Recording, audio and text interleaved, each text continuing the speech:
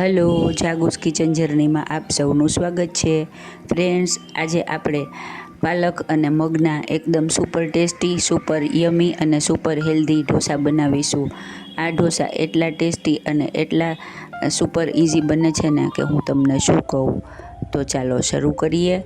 આના માટે આપણે સૌથી પહેલાં અડધો કપ મગ 3 કલાક સુધી પલાળી રાખેલા છે અને એક ચૂડી પાલક લીધેલી છે. પાલકને ધોઈ નાખવાની છે.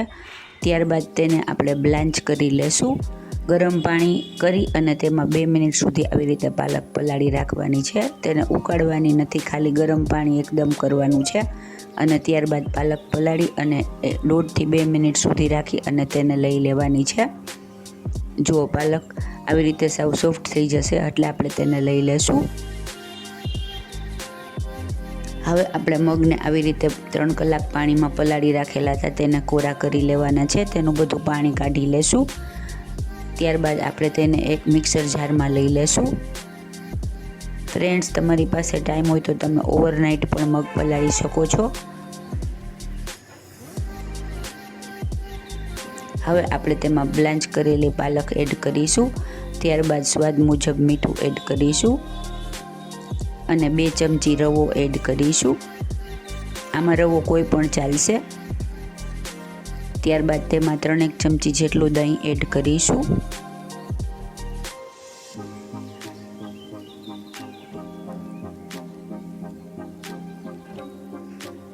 હવે આપણે 1 લીલું મરચું લેશું અને તેને સમારીને લઈ લેશું.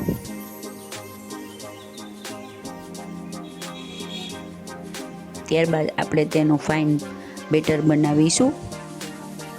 ફ્રેન્ડ્સ, આમાં આપણે પાણી નાખવાનું નથી. તમને જો વધારે જરૂર લાગે તો તમે વધારે દહીં અથવા છાશ નાખી શકો. જુઓ, આપણને બેટરની આવી કન્સિસ્ટન્સી જોશે. આપણું બેટર પરફેક્ટ રેડી થઈ ગયું છે. આપણે આમાં કશું વધારાનું ઉમેરવાની જરૂર પડી નથી. હવે આપણે તેને એક બાઉલમાં લઈ લેશું અને ત્યારબાદ એક ઈનોનું રેગ્યુલર બ્લુ પાઉચ આવે છે તે મેં લીધું છે, તે અડધું એડ કરીશું.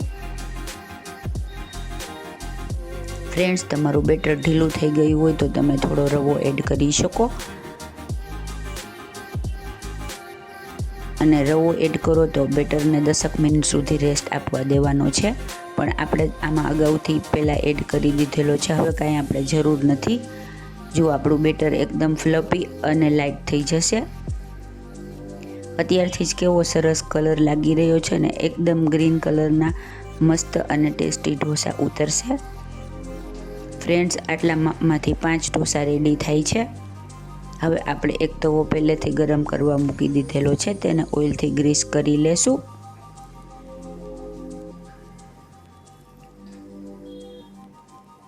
એકદમ તવો સરસ રીતે ગરમ કરી લેવાનો છે.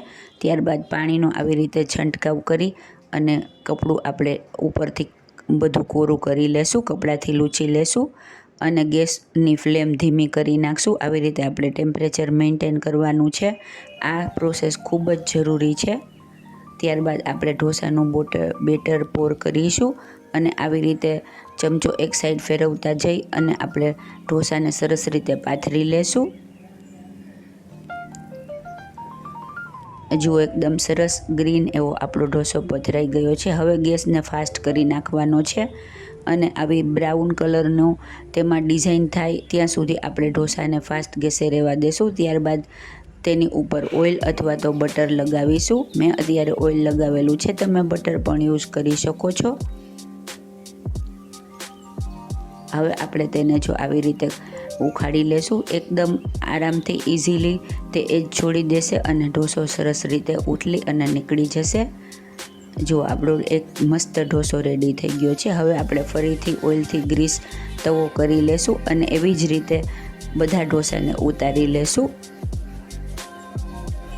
ફ્રેન્ડ્સ, જો તમે મારી ચેનલ પર નવા હો તો મારી ચેનલને સબસ્ક્રાઈબ જરૂરથી કરજો અને મારી નવી રેસીપી જોવા માટે બાજુમાં રહેલ ઘંટડીને દબાવી દેજો, જેથી મારી અવનવી રેસીપીનું નોટિફિકેશન સૌથી પહેલાં તમને મળે. અને મારી રેસીપી તમને ગમતી હોય તો તમારા ફ્રેન્ડ સર્કલમાં મારી રેસીપીને વધુમાં વધુ શેર કરી મને સપોર્ટ કરજો. જો બીજો ઢોસો પણ આપણે આવી રીતે પાથરી લેશું. આટલા મોટી સાઇઝના 5 ઢોસા આટલામાંથી રેડી થશે. ફ્રેન્ડ્સ, સવારે નાસ્તામાં અથવા તો સાંજે ડિનરમાં આ એકદમ સરસ લાગે છે. તમે ચોક્કસથી બનાવજો અને ટેસ્ટી તો એટલા જોરદાર લાગે છે ને કે વાત જ ના પૂછો. આવી રીતે ઢોસા બનાવવાથી જે પાલક નહીં ખાતા હોય તે પણ ખાશે અને જે મગ નહીં ખાતા હોય તે પણ હોશે હોશે ખાશે.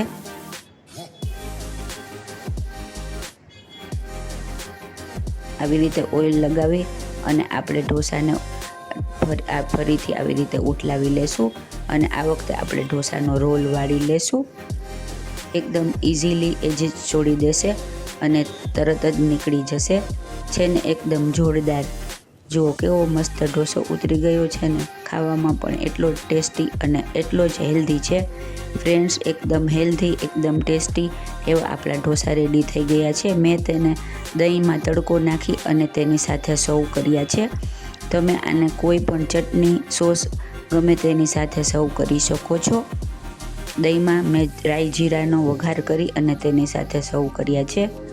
ફ્રેન્ડ્સ, આ રીતે દહીંનો વઘાર કરવાથી દહીં પણ ખૂબ જ સરસ અને હેલ્ધી લાગે છે ને એકદમ જોરદાર.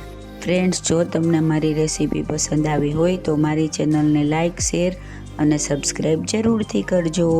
ધન્યવાદ.